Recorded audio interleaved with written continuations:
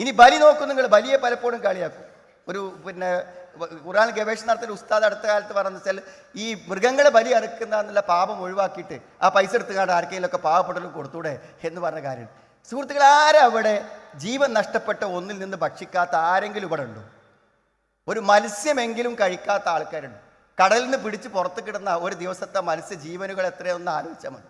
എല്ലാവരും ഇത് ഭക്ഷിക്കുന്നു, പക്ഷേ പുറത്തിറങ്ങി എല്ലാവരും പ്രസംഗിക്കുന്നത് മാത്രമേ ഉള്ളൂ. ഒരു ദിവസം കൊല്ലപ്പെടുന്ന കോഴികളുടെ എണ്ണം തന്നെ വെറുതെ കേരളത്തിൽ മലപ്പുറം ജില്ലയിൽ ഇത് ബലി ഇവിടെ സാധാരണ നടക്കുന്നൊരു കാര്യമാണ്.